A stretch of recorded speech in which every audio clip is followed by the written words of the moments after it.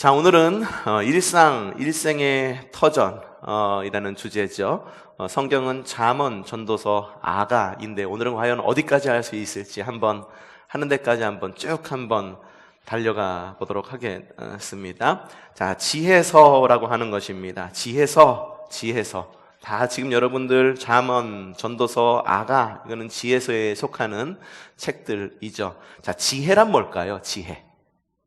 지혜를 우리말로 하면은 슬기지혜, 슬기로울 해자를 씁니다. 그래서 이렇게 한글 사전을 찾아보니까 사물의 이치를 빨리 깨닫고 사물을 정확하게 처리하는 정신적 능력이라고 그 정의를 내리더라고요. 그래요. 우리말로는 사물의 이치를 깨닫고 정확하게 처리하는 정신 능력이 지혜다라고 이야기를 합니다. 그러면은 구약성경, 지금 우리가 읽고 있는 것이 구약성경이니까요. 구약성경에도 지혜라고 하는 말이 같은 의미로 쓰일까 하는 질문을 우리는 던져볼 수가 있죠. 구약성경에 지혜라고 하는 말은 호크마라고 하는 말을 씁니다. 호크마, 유명한 말입니다. 성경 주석 가운데에 이 이름을 가진 성경 주석도 있고 지혜라고 하는 의미를 담고 있는데, 이 구약에서 호크마의 뜻은 무슨 말이냐면은 삶을 헤쳐가는 기술이라고 하는 뜻을 가지고 있어요. 영어로 art of living 이라고 합니다. art라고 하는 것이 기술이라는 뜻을 가지고 있어요. 예술이라고 하는 뜻을 가지고 있지만 이게 기술이라고 하는 뜻도 가지고 있어요. 에릭 프롬이죠. 사랑의 기술, art of loving이라고 하는 art of love인가요? art of loving인가요? 어쨌든 그런 art라고 하는 것은 기술이라고 하는 의미를 가지고 있죠. 그러니까 구약의 호크마는 삶을 헤쳐가는 재주 기술을 의미합니다. 그러니까 불의, 화, 실패 이런 것들을 멀리하고 바르고 곧고 의롭게 살아가는 능력, 그것이 바로 지혜입니다. 근데 구약에서 지혜라고 말하는데, 지혜라고 말하면 또 이 지혜를 전하는 사람들이 있죠. 지혜자라고 이야기하는 지혜자가 있는데, 구약에서 지혜자를 말할 때는 이렇게 바르고 곧고 의롭게 살아가는 것을 가르쳐주는 사람을 말할 뿐만 아니라 특별한 기능을 가진 소유자들도 지혜자라고 부릅니다. 예를 들어서 어떤 특별한 것에 있어서는 장인 아니면 예술가 역시 지혜자라고 부른다고 합니다. 지혜와는 다른 것들이 있죠. 지식, 지성 이런 것들은 배워서 익힌 것, 이후에 이어 주어지는 것이지만 이 호크마 지혜라고 하는 것도 이후에 역시 지혜자들에 의해서 주어지는 것이기도 하지만 삶을 헤쳐가는 어떤 재주나 기술이라고 하는 면에서 좀 뭔가 조금 다른 면을 가지고 있습니다. 옛 이스라엘에는 지혜자라는 사람들이 있었어요. 현자라고 부르기도 하고 지혜자라고도 부르기도 하죠. 또 예언자라고 하는 사람들이 있었습니다. 여러분들을 잘 알고 있는 예언자가 누가 있나요? 네, 그분들이 다 예언자입니다. 예언자는요, 앞에 있는 일들을 미리 알려주는 사람이 예언자지요? 아니에요. 예언자는 하나님 말씀을 대언하는 사람이 예언자입니다. 우리가 보통 예언하면은 뭔가 구판 아니면은 신내림 받은 사람이 미래에 대해서 너희 미래를 알려주마 이래가지고선 아는 것처럼 이렇게 말하는데, 성경에 나와 있는 예언자들은 정확히 말하면 대언자입니다. 대언자. 그래서 하나님 말씀을 대언해서 큰 뭉텅이, 예를 들어서 나라 같은 나라가 가야 할 방향을 제시해줬던 사람이 예언자입니다. 반면에 현자나 지혜자는 개인의 복된 길을 격언 혹은 비유 등을 보여주면서 방향을 제시해준, 개인의 삶을 제시해준 사람이 지혜자, 현자라고 일컬어졌습니다. 예수님께서 복음을 전했었을 때 아마도 사람들은 지혜자 혹은 현자로 여겼을지도 모르겠어요. 그리고 어쩌면은 예언자 중에 한 사람입니다라고 고백했던 성경의 말씀이 있는 것처럼 그렇게 여겼을지도 모릅니다. 어쨌든 지혜자, 현자라고 하는 것은 개인의 삶이 어떤 방향으로 가야지 옳은 방향이 있고 그리고 복된 길인지를 비유로 알려주는 사람이 바로 지혜자 혹은 현자였다라고 하는 것이죠. 성경에는요 여러 지혜서들이 있습니다. 욥기, 잠언, 전도서, 아가서 뭐 이런 것들이 바로 지혜서죠. 근데 각기 적어 놓은 그 지혜의 내용들이 조금씩 그 방법들이 다릅니다. 자, 잠언 같은 경우에는요, 인생에 대해서 굉장히 긍정적으로 이렇게 묘사를 하고 있습니다. 그럴 만한 것도, 이 잠언이라고 하는 것은 솔로몬의 잠언으로 우리가 알려져 있는 이 잠언이라고 하는 건 솔로몬이 젊었을 때에 이제 모아놓은, 그리고 지은 책이다라고 해서 젊었을 때의 어떤 그런 패기, 젊음이 좀 들어가 있어서 생활을 봤을 때, 우리 인생을 봤을 때 굉장히 긍정적으로 보았다 라고 그렇게 이야기를 하는데, 반면에 전도서 같은 경우에는 굉장히 냉소적으로 적혀 있죠. 대표적인 말이 뭐 헛되고 뭐 이런 말, 헛되다는 말이 4번 반복되면서 나온 그 헛된 것들. 이 전도서 같은 경우에는 솔로몬이 노년의 때에 적은 것으로 그래서 유추가 되기도 합니다. 굉장히 인생에 대해서 냉소적이에요. 욥기 같은 경우에는 인생에 대해서 훨씬 더 비관적입니다. 바르고 부지런하고 정직해도 어려움과 고난과 재앙들은 여전히 남아 있어서 의인, 그리고 우리를 괴롭히고 있다라고 하는 거죠. 이처럼 지혜서라고 하는 이름으로 남아있는 여러 성경들이 있는데, 어조가 굉장히 많이 다르다라고 말씀을 드렸죠. 긍정적인 시각도 있고 냉소적인 시각도 있고 비관적인 시각도 있다라고 하는 것입니다. 왜 다를까요? 다른 이유는요, 모든 그런 어떤 말씀들이 통일되지 않아서 다른 것은 아니라, 그만큼 우리의 인생이 굉장히 다채롭기 때문에 다른 인생의 처방들을 우리에게 주는 것이 아닌가라고 그렇게 유추해 볼 수가 있습니다. 자, 첫 번째 우리가 보아야 될 지혜서는 잠언입니다. 자, 빛이 되는 방향을 알려주는 길잡이라고 하는 소제목으로 이렇게 잡아 보았습니다. 자, 잠언은 지혜서 가운데에 으뜸 가는 지혜서입니다. 히브리어로는 마샬이라고 이야기를 하고요, 영어로는 proverb이라고 이야기를 하는데, 이거는 짤막한 격언, 금언이라고 하는 뜻을 갖고 있습니다. 긴 호흡으로 지혜를 전달하는 것이 아니라 짤막한 글들로 모아서 전하는 그런 이야기다라는 겁니다. 한글로 잠언이라고 하는 것은 경계할 잠, 말씀 언이라는 단어를 쓰는데, 이 잠이라고 하는 것은, 경계할 잠자는요, 대죽자에다 모두 함자를 씁니다. 함시성을 가진 성도 우리 교회는 없어요. 그렇죠? 없는데 함시성을 가진 성도가 이 함자를 쓴다고 그래요. 이게 모두 함자, 모을 함자, 뭐 전체 뭐를 뜻하는, 뭐 함축할 때 쓰는 단어가 이 함자가 아닐까 싶은데, 이 잠언에서 말할 때 이 잠자, 경계할 잠자는 대죽자, 모두 함자를 쓰는데, 대죽, 왜 거기 대죽, 대나무 죽자, 왜 대나무를 썼을까 했을 때, 이 잠자라고 하는 말의 어원은, 옛날에는 그 바늘을 쓸 때 바늘을 대나무를 쪼개가지고 바늘로 썼다라고 그래요. 그래서 옛날 바늘로 터진 옷을 봉하듯이, 합하듯이 그렇게 합한 것, 그래가지고선 이 잠자가 그 대죽자와 모두 함자에 이렇게 합쳐진 그런 걸로 이루어졌다라고 합니다. 그래서 터진 옷을 봉하듯 사람의 인격도 터진 인품을 봉해야 한다라는 의미에서 잠언이라고 하는 말을 썼다라고 합니다. 자, 사람은요, 태어났다고 해서 저절로 사람이 될까요? 태어났다고 해서 저절로 사람이 되는 것은 아닙니다. 옛날에 그런 영화들도 있었잖아요. 우리가 잘 알고 있는 정글북이라고 하는 그런 소설도 있죠. 모글리죠.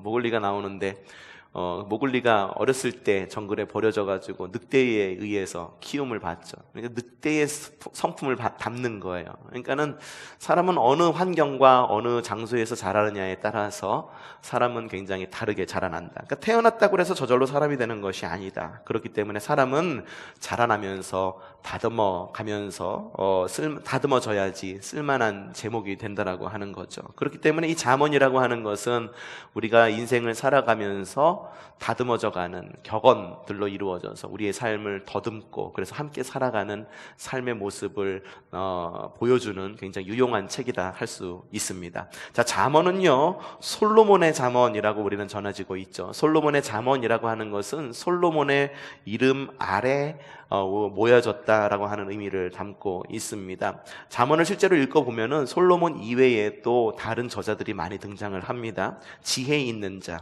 아굴, 루엘 같은 사람들이 잠언을 지었다라고 누구의 잠언 그렇게 나오는 것을 볼 수 있는 것을 보아서는 솔로몬 혼자 이렇게 지었다라기보다도 솔로몬의 지혜 그 이하에서 지금으로 따지면 감수, 솔로몬이 직접 감수는 하지는 않았겠지만 솔로몬의 이름으로 지어진 모아진 그런 모음집이 잠언이다라고 하는 거죠. 자, 그러면 누구에게 잠언은 누구에게 하는 이야기일까요? 자, 여러분의 가지고 있는 잠언 1장 4절 말씀이죠. 함께 읽어보겠습니다. 시작.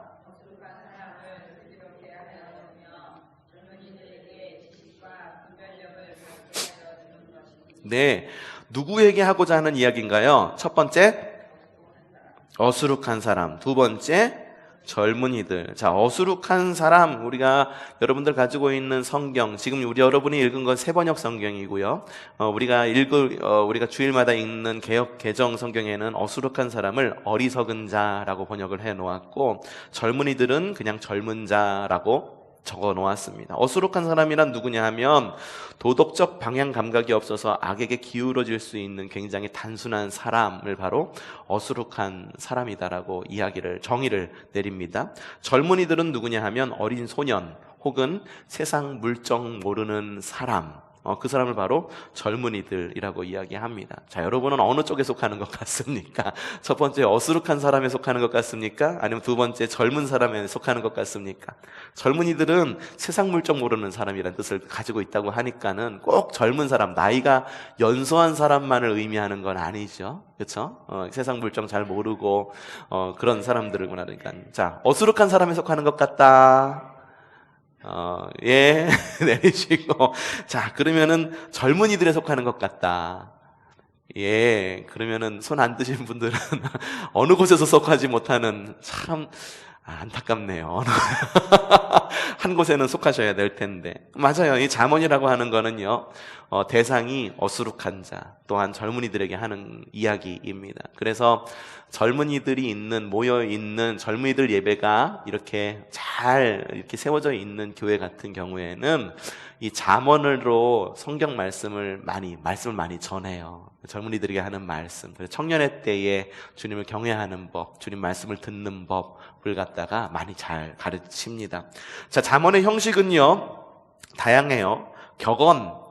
격언도 있고, 속담도 있고, 훈계도 있고, 수수께끼도 있고, 여러 가지, 다양한 그런 형식을 갖고 있습니다. 그래서 특별한 주제를 갖고 하나로 뭉치기에 굉장히 어렵고, 특별한 틀을 잡기에 이렇게 산만이라기보다도 여러 곳으로 좀 이렇게 주제가 좀 많이 바뀌어져 이렇게 퍼져 있습니다. 그럼에도 불구하고 좀 잠언을 구분해서 보자고 한다면 잠언 1장 1절부터 9장 18절까지 한 부분, 그리고 잠언 10장 1절부터 31장 31절까지 한 부분. 그래서 첫 번째 부분에서는 하나님을 경외하는 것이 어떤 것인지에 대해서 이야기해주고, 두 번째 부분에서는 그러면은 하나님을 경외하는 그런 삶 가운데 우리는 어떻게 행복하게 살아갈 수 있는가를 말해주는 것, 이렇게 두 부분으로 나누어 볼 수가 있습니다. 자, 첫 번째 부분입니다. 지혜의 토대입니다.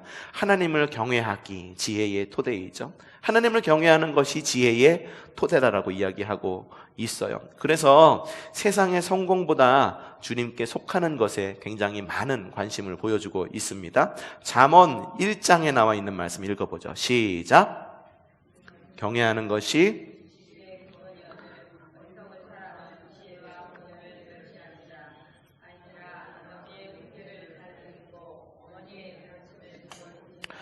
진정 이것은 머리에 쓸 아름다운 관이요 너희 목에 걸 목걸이다. 잠언 1장에 뭐라고 나와 있냐면 주님을 경외하는 것이 지식의 근본이다라고 이야기를 합니다.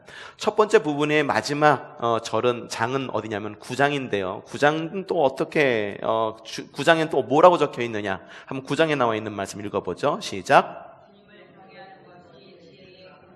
네.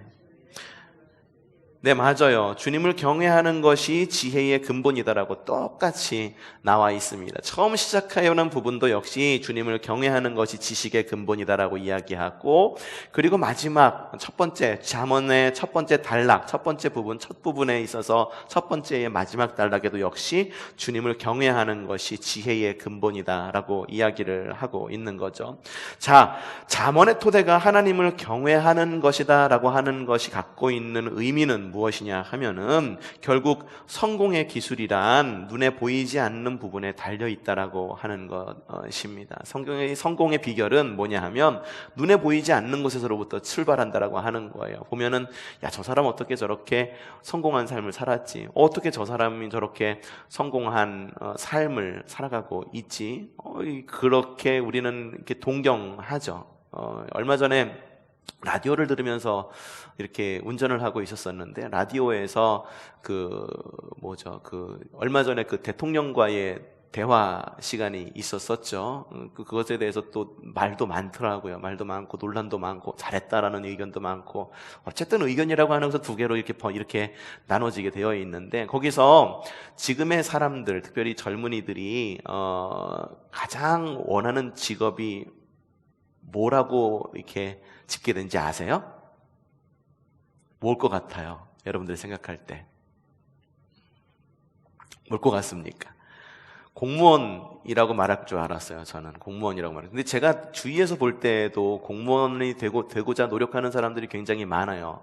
아무래도 생활이 안정되죠. 안정되다 보니까는. 그런데 일본이 지금 공무원이 되고 싶은 젊은이들이 가장 되고 싶어 하는 직업이 공무원이에요. 근데 공무원이 되고 싶어 하는 사람이 많은 나라는 이게 이제 다른 학자들이 이야기할 때 뭐라고 이야기하냐면은 그 나라의 미래는 어둡다라고 이야기를 해요. 그만큼 사회가 어렵다라는 말이 되기도 하고 젊은이들이 꿈꿀 수 있는 것이 그거 하나고 젊은이들의 가치관이 거기에 묶여 있다라고 하는 의미로 들려지기도 합니다만 어쨌든 공무원이 꿈이다라고 말하는 것, 그래서 공무원 같은 경우에는 저는 그런 생각이 들어요. 어떻게 해서든지 국민들을 위해서 자신을 희생해서 섬기는 어떤 그러한 위치라고 여겨집니다. 제가 캐나다에 있었을 때 캐나다에 처음에 그곳에 정착을 해서 좀 어떻게 해야 될지 몰랐을 때 옆집에 있는 사람이 와가지고서는 캐나다에 온 거 환영한다라고 말하면서 소개시켜준 사람이 누구냐면 저기 어디 몇 동에 가면은 저기 앞에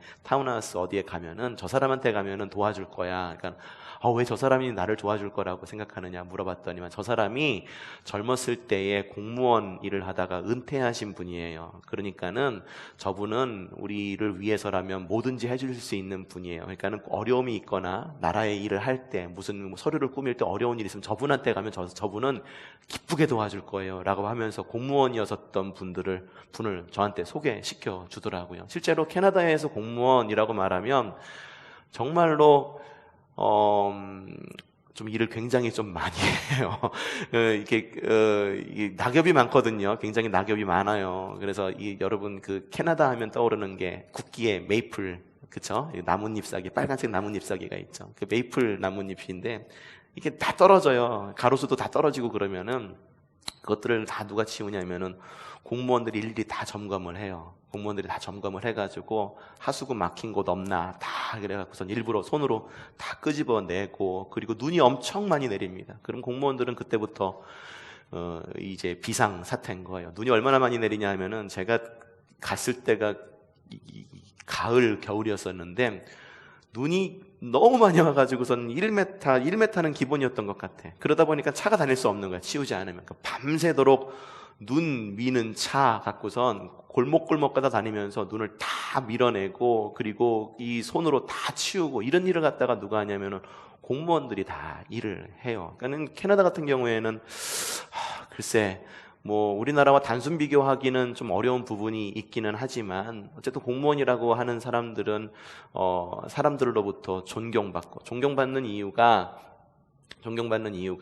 사람들을 위해서, 국민들을 위해서 희생하고, 다른 사람들 다 잘 때 나와가지고선 밤새도록 눈이 내리잖아요. 밤새도록 눈 치우는 거예요. 밤새도록 치우지 않으면 얼어붙으니까 밤새도록 눈 치우고, 그리고 낙엽 치우고, 그런 어떤 희생을 하는 자리였기 때문에 공무원이 이렇게 좀 존경을 받고, 은퇴하고 나서도 존경을 받고, 그런 위치였습니다. 근데 글쎄요, 그냥 생활이 안정되기 때문에 공무원의 자리를 꿈꾼다라고 하는 것은 뭔가 좀 사명과도 연관된 일인데, 분명히 그런 일인데, 좀 뭐라 그럴까, 우리가 한 번 더 생각해 보아야 할 그런 직업관은 아닐까라는 생각이 들어요. 여기 말이 좀 많이 지나왔죠. 돌아왔는데, 젊은이들이 가장 선호하는 직업이 뭐냐 하면은 개인 사업이에요.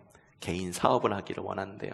개인 사업도 그냥 개인 사업이 아니라 성공한 개인 사업자가 되기를 원한대요. 근데 성공한 개인 사업자가 그다지 많지는 않아요. 그래서 동경을 하죠. 그래서 어떻게 하면 돈을 많이 벌 수 있는가. 제가 이렇게 페이스북 친구들이 이렇게 있는데, 종교가 기독교인 분들도 있는데 기독교가 아닌 분들도 친구가 있어요. 그냥 지인들이죠. 그러니까 언제나 좋아요 누르는 거 보면은 이제 상위 1% 사람들의 돈 모으는 법, 뭐 그런 거 링크 해가지고선, 가치관이 돈에다가 있어요. 돈에. 그러다 보니까는 글쎄, 성공의 잣대가 돈뿐인가라고 하는 생각을 하기도 하는데, 잠언에서 말하는 게 그겁니다. 뭐냐 하면, 성공의 기술이라고 하는 것은 단순히 눈에 보이는 부분에 의해서 성공이 되는 것이 아니라 눈에 보이지 않는 부분에 달려 있는데, 잠언에서 말하는 성공, 삶에 보이지 않는 부분이다라고 하는 건 뭐냐 하면, 하나님과의 바른 관계, 만남에 의해서만 거기서 바로 출발이 된다라고 이야기를 하고 있는 것입니다. 여러분의 생각은 어떻습니까? 성공하는 삶이란 하나님과의 바른 관계와 만남에서 출발된다라고 여러분 그렇게 생각하세요? 뭐 그렇게 생각 안 하셔도 그게 많은 사람들이 갖고 있는 생각이기 때문에 그렇게 생각 안 한다고 그래서 누가 이렇게 막 비난하거나 그러진 않겠지만, 그래도 우리가 그리스도를 믿는, 주님을 믿는 백성이라고 한다면, 그래, 우리의 모든 파운데이션, 우리의 모든 기초가 하나님의 말씀이 되어야 되는 것이 아닌가. 돈을 버는 것에 있어서, 돈에 대한 가치관에 있어서도. 지난주 설교가 돈에 대한 이야기였었잖아요. 그쵸? 청년들이 그러더라고요. 돈에 대한 설교를 하니까는 작년에도 분명히 했는데 좀 새로웠었나 봐요. 그래서 돈에 대해서 생각해 본 적이 없는데 생각하는 시간이었다라고 지난 예배 끝나고 난 다음에 청년 모임 때 그렇게 나눴나 보더라고요. 그래요. 돈이라고 하는 것. 그래서 우리 가치관이 꼭 거기에 묶여 있을 필요가 있는가? 그리고 우리가 믿는 사람이라고 말한다면은 하나님과의 온전한 관계 안에서 돈도 생각하고, 하나님과의 온전한 관계 안에서 성공도 생각하고, 하나님과의 온전한 관계 안에서 이웃들과의 관계도 생각할 수 있는 것이 좀 그렇게 현명하고 성숙한 그리스도인이 아닐까라는 생각이 좀 해보았습니다. 자, 그래서 1장과 9장 지혜의 토대가 무엇인가? 하나님을 경외하는 것이다. 지혜의 토대라고 한다. 그래서 시작과 끝 모두 주님을 경외하는 것으로 시작하고 주님을 경외하는 것으로 종료된다라고 하는 거죠. 여기서 두 갈래의 길을 보여줍니다. 하나는 의인의 길, 하나는 악인의 길. 의인의 길을 대표하는 사람이 있는데 그거는 바로 지혜 여인이라고 하고요. 그리고 악인의 길을 대표하는 사람은 부도덕한 여인이라고 하는 두 여인이 등장을 합니다. 물론 부모, 아버지, 선생님 같은 여러 부류의 사람들이 앞부분에 나오기도 합니다만, 전체 분위기는 두 여인이 주도를 하죠. 지혜의 여인이요, 거리와 광장과 성벽 위와 성문 어귀와 성 안에서 사람들에게 소리칩니다.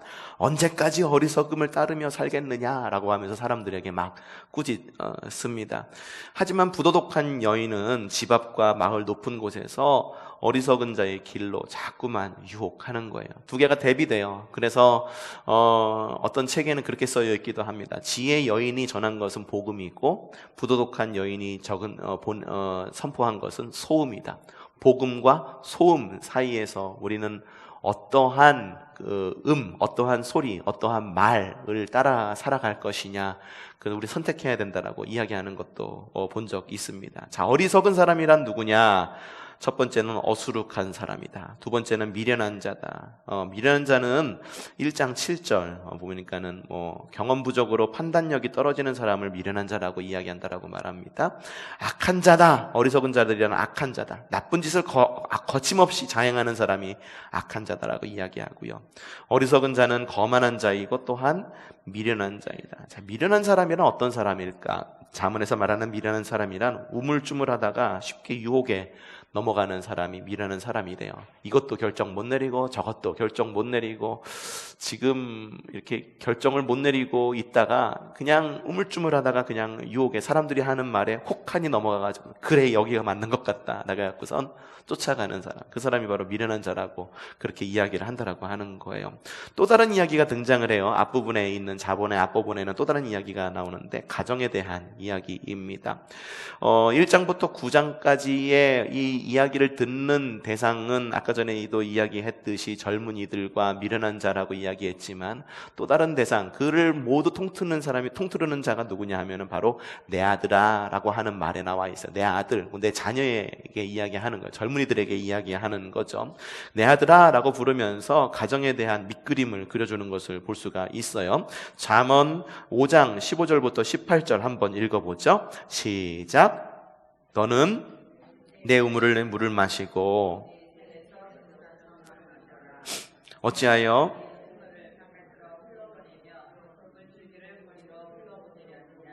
그 물은 내 셈이 젊어서 맞이한 아내와 더불어 즐거워하여라. 가정에 대한 밑그림을 그려주고 있는데 이게 창조 질서에 대한 이게 이제 회복을 좀 이야기하는 듯 싶습니다. 창조 질서가 좀 중요한 것 같아요. 잠언에서도 또 창조 질서에 대해서 이야기하면서 나오는 것을 볼 수가 있는데 잠언 3장 19절 한번 읽어보죠. 시작. 네, 이 창조주 하나님에 대해서 이야기를 하면서 창조 질서 내에 하나님의 지혜가 스며들고 있기 때문에 가정에 대해서 생각할 때에도 창조 질서 안에서 생각할 수 있도록 이렇게 이야기를 하는 것을 볼 수가 있죠. 너는 내 우물의 물을 마시고 젊어서 맞은 아내와 더불어 즐거워하라. 옛날에 우리말이 그런 말이 있죠. 조강지처라고 하는 말이 있죠. 그러니까 아내에 대한 이야기이기도 하고요, 남편에 대한 이야기이기도 합니다. 성경에서 하나의 성에 대해서 이야기할 때에는 이거는 부부에 대한 이야기다라고 여러분들 생각하면은 거의 지금의 우리의 삶의 현실과 맞을 것입니다. 그러니까는 아내는 남편을 존경하고라고 말하면은 남편도 역시 아내를 존경해야 되는 거예요. 이게 관계는 상호적인 거예요. 관계는 상호적인 것, 일방적인 것이 아니다라고 하는 거죠. 자, 창조 질서가 중요하다라고 이야기했습니다. 창조 질서가 중요한 이유는 창조 질서 안에 주님의 지혜가 스며들어 있기 때문이죠. 신약에서 이 지혜, 말씀에 대해서 나온 게 있는데 오늘 새벽에도 드린 말씀이에요. 요한복음 1장 1절. 자, 시작. 태초에 말씀이 계셨다. 그 말씀은 하나님이셨다. 요한복음 1장 1절에서 말하는 건 말씀은 곧 지혜이고 지혜는 곧 하나님이다. 지혜의 근본은 하나님이다 라고 이야기하기도 하는데 지혜가 곧 하나님이에요. 하나님이 곧 지혜다라고 이야기를 하고 있는 거죠. 그렇기 때문에 모든 창조 질서 안에서는 지혜의 하나님, 지혜이신 하나님이 스며들어 있다. 그렇기 때문에 하나님의 질서를 따르는 것, 그것이 바로 지혜를 따르는 거다. 성경에서는 하나님과 지혜, 로고스 이런 것들을 갖다가 이렇게 말하는 것을 볼 수가 있습니다. 자, 잠언의 뒷부분이죠. 10장부터 31장까지 말씀입니다. 지혜의 적용과 실천, 곧 어떻게 하면 그러면 행복하게 살아갈 것인가를 이야기하고 있습니다. 10장부터 31장까지는요, 앞부분보다 여호와를 경외하라 라고 하는 말이 굉장히 좀 드물게 나오고 있어요. 매우 짧은 글들의 모듬이고요. 짧은데 어느 정도까지 짧으냐 하면 2줄 정도의 길이, 보통 2줄 정도 됩니다. 짧게 나와 있어요. 그래서 새벽 기도할 때 잠언을 한 장씩 읽잖아요. 그러면은 주제를 잡기가 굉장히 종잡기가 어려워요. 왜냐하면 절마다 각기 다른 이야기를 하는 것들도 있기 때문이죠. 다양한 형식들의 글이 등장을 합니다. 앞의 말들을 반복하기도 하고, 앞의 말과는 또 반대되는 이야기를 하기도 하고요.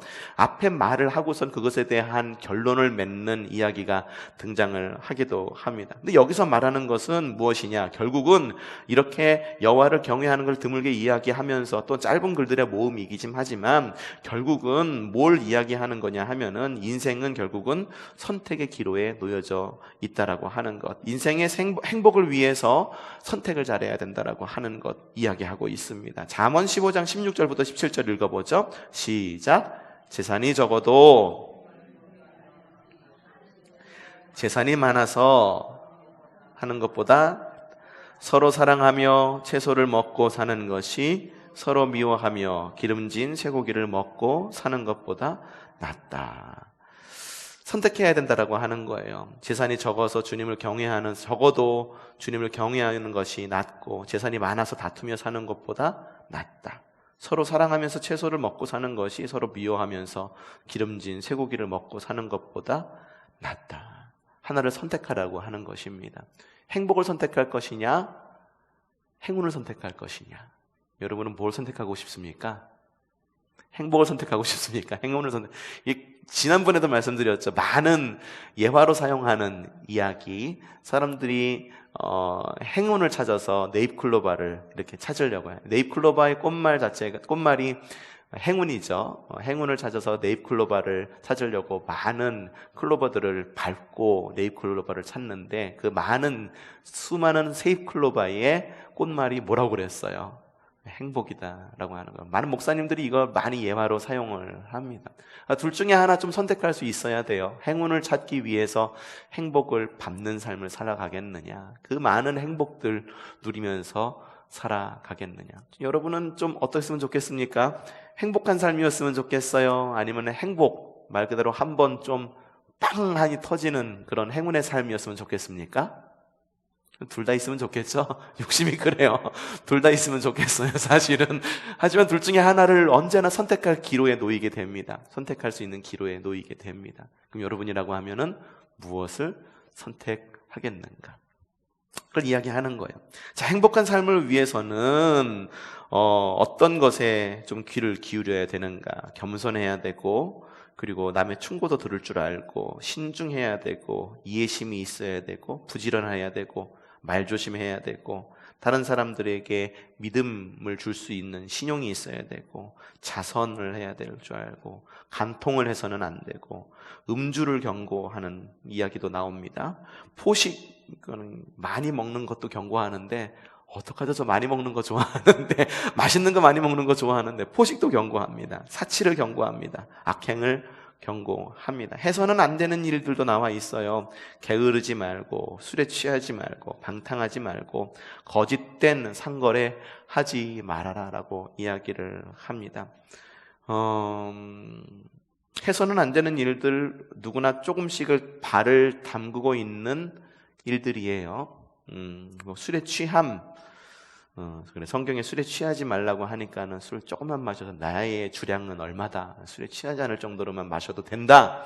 술에 취하지 말라고 하는 것은 뭐냐면 술에 영향력을 받지 말라는 겁니다. 술에 영향력을 받지 말라고 하는 것은 뭐냐 하면 성령의 영향력을 받으며 살라는 거죠. 술에 영향력을 받지 말라고 하는 것, 법도 요즘엔 술의 영향력을 받지 말라라고 이야기를 해요. 요즘에는 소주 한 잔만 마셔도 이 음주운전에 걸립니다. 알고 계시죠? 네, 알고 계셔야 돼요. 그러니까는 여러분, 법도 요즘에는 그렇게 이야기를 해요. 지나친 음주 하지 말아라. 그리고 술 한 잔이라도 마시면 이 운전대 잡지 말아라라고 법도 이야기를 합니다. 하나님의 법보다 어쨌든 여러분이 우리가 살아가는 데에 세상 법이라고 하면 굉장히 강력한 구속력이 있기 때문에 많이 따르잖아요. 그렇죠? 근데 법도 그렇게 이야기하는데 하나님의 법은 진작에 그렇게 이야기를 했어요. 그러니까 여러분, 술에 대해서 주초에 대해서, 물론 주초에 대해서는 우리나라 선교 초기에 선교사님들이 우리나라에 와 봤을 때에 황폐한 우리나라의 모습, 그리고 사람들이 너무 사는 것이 피폐해져 있었죠. 그런 모습을 보고선 선교사님들이 하지 말아야 될 것을 정한, 거기서부터 하지 말아야 될, 기독교인이라면, 그리스도인이라면 하지 말아야 될 하나의 생활 원리로 적용됐다라고 하는 그런 이야기들도 있기도 합니다. 거기서 나온 이야기이기도 해요. 하지만 꼭 선교사님들이 그렇게 이야기해서 하지 말아야 될 것이 아니라, 병원에 가도 그렇잖아요. 술 하세요? 담배 하세요? 그것부터 끊으세요. 그렇게 건강 걱정하면서 그 건강 위해 가지고선 그렇게 걱정하면서 술하고 담배는 왜 그렇게 못 끊는지를 모르겠습니다. 어쨌든 몸에 안 좋습니다. 그러니까 잠언에서 이야기하는 것은 둘째 치더라도, 두 번째로 치더라도 몸에 안 좋은 것 굳이 입에 들려고 하지 않았으면 좋겠어요. 그럼에도 불구하고 이 잠언에 나와 있는 이야기들은 인생에 대해서 굉장히 낙관적으로 이야기를 하고 있어요. 그래서 열심히 살아라, 악한 일을 멀리 떠나라, 그 길이 무슨 길이다? 주님 안에서 형통한 길이다 라고 하는 것을 말하고 있는 것을 볼 수가 있습니다. 잠언에서는요, 굳이 종교적인 이야기를 많이 하지는 않아요.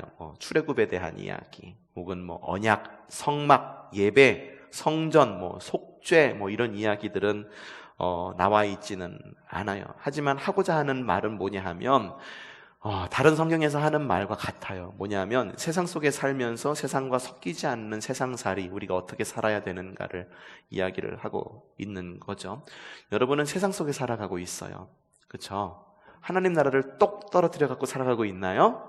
그렇게 살 수 있는 사람은 없어요. 옛날에는 하나님 나라를 똑 떨어뜨려서 살고 싶은 사람들이 있었어요. 그래서 만들어진 것이 수도원 같은 것들도 있었죠. 그래서 수도원에 들어가면은 완전히 세상과 단절되어서 그렇게 살아가는 사람들도 있었습니다.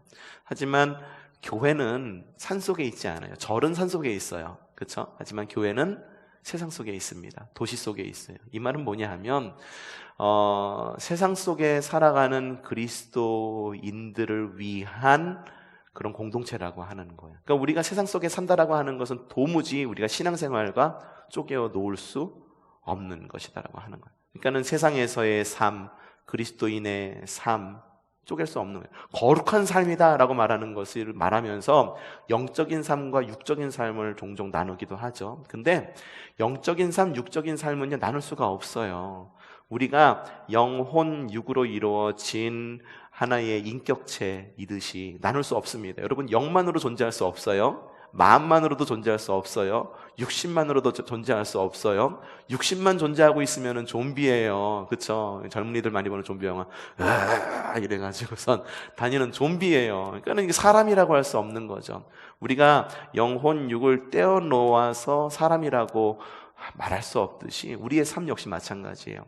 성스러운 삶, 영적인 삶, 아니면은 속된 삶, 이걸 갖다가 구별해서 살아갈 수 없어요. 우리는 이 거룩하지 않은 세상 속에서 거룩한 삶을 살아가는 사람이에요. 절대 이걸 구분할 수 없는 거예요. 그래서 우리의 행동, 행실, 그리고 말, 우리의 생각들, 이런 것들 자체가, 그런 것들, 우리의 삶 자체가 거룩해져야 되는 이유가, 이 거룩함과 속됨은 결코 떼어놓을 수 없는 것이기 때문에.